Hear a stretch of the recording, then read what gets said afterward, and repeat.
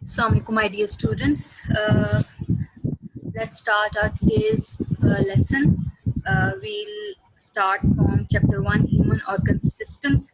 But before moving on to our today's topic, let's have a recapitulation of previous lesson. As you all know that in previous lesson, we have discussed about the actions controlled by nervous system and reflex action. Now, what were the actions controlled by nervous system? These were actually two types of actions: voluntary actions and involuntary actions. What were voluntary actions? Simply those body actions which are performed under conscious control, that is, which are done after thinking over them.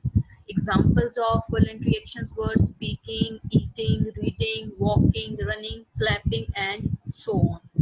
The second type of actions which we have discussed under this category were involuntary actions, simply those body actions which are performed without involvement of thinking process or which are not performed under conscious control.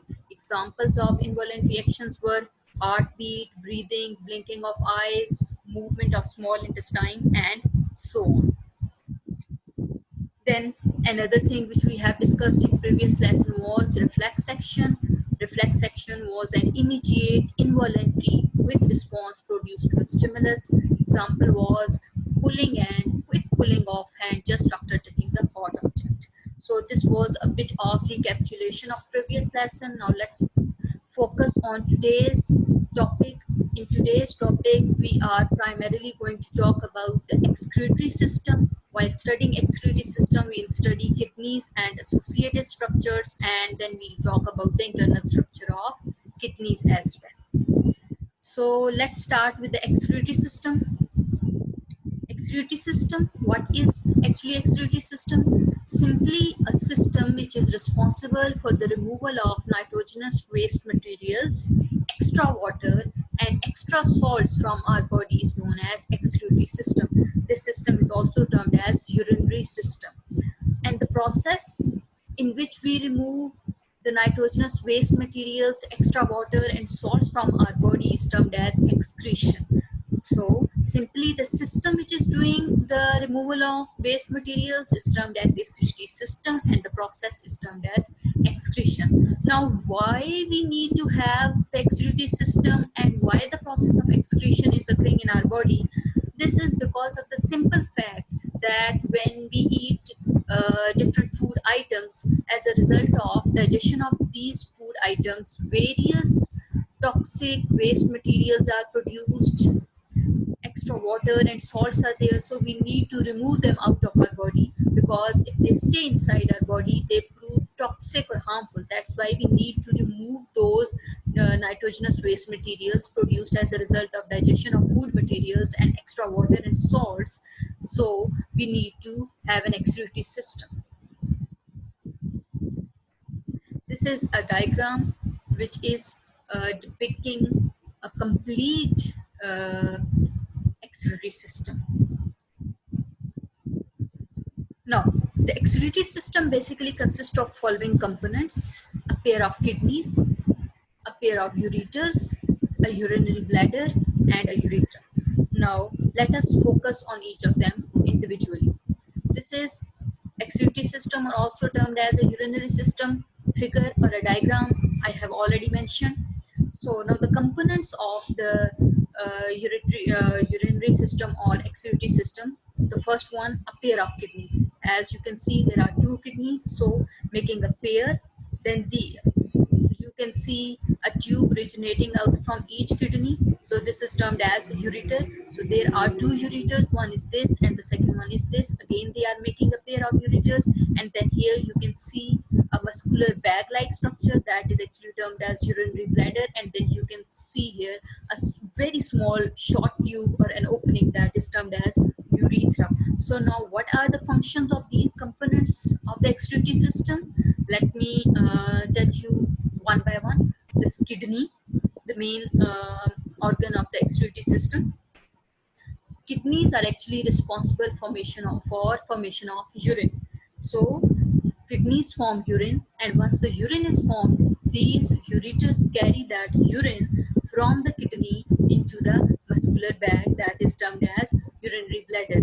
In urinary bladder, that urine is temporarily stored, not a permanent storage, but a temporary storage until it is removed out of our body. And this urethra is actually responsible for the removal of that urine, which is extruded out of our body, and before excretion, it is temporarily present in our urinary bladder.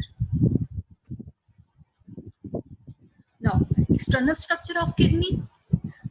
Kidneys are bean-shaped organs. I am sure all of you are familiar with the bean. So the shape, which is bean, having the kidney is actually having the same bean-shaped structure.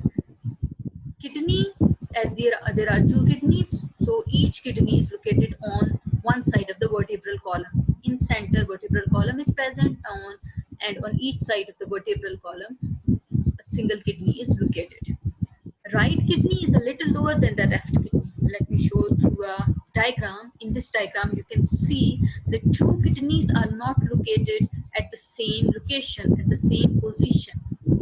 This is the right kidney and this is the left kidney.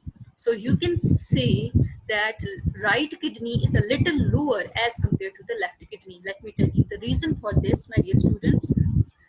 Right kidney on above here, on top of the right kidney, biggest organ, that is liver, is present. So liver is actually a bigger organ. In order to accommodate itself, in order to accommodate its inside the body, liver pushes the right kidney to a little lower. That's why right kidney appears a little lower than the left kidney, or in other words, you can say that left kidney appears a little higher than the right kidney. Now let's move on to the internal structure of the kidney. If you have a longitudinal section means if you cut the kidney lengthwise, we can see three main structures under microscope, or you can see it with the naked eye as well. So the three structures are renal cortex, renal medulla, and renal pelvis. Now I'll describe them one by one. Renal cortex. Renal cortex is actually the lighter outer region of the kidney. So this one is the lighter pale-shaped outer region of the kidney that is termed as renal cortex. Once we move inside, the darker reddish region present inside the kidney is termed as medulla, or renal medulla. So this one was the renal cortex, and when we move inside towards the depth of the kidney, you can see a dark reddish colored part that is actually termed as medulla. Now, renal pelvis and renal pyramids. Renal pelvis is actually the area present inside the kidney where urine is drained. So let me tell you, this point, or the location, or the structure present just at the base of the ureter here, this is the complete kidney, and the area here, all the urine which is produced inside the kidney through a structure known as nephron. We are going to study nephrons in detail in our upcoming lessons, inshallah. So once the neurons produce that urine inside the kidney, the urine from each nephron is collected over here, and that region is actually termed as renal pelvis, and renal pelvis is actually the base of the ureter, and from here the urine moves from the ureter into the urinary bladder. Renal pyramids. Renal pyramids are actually the cone-shaped, triangular-shaped regions or structures present inside the renal medulla. This was the inner darker red portion of the kidney, and inside the renal medulla, several cone-shaped structures, cone-shaped structure or a triangular-shaped structure. You can see these are actually termed as renal pyramids.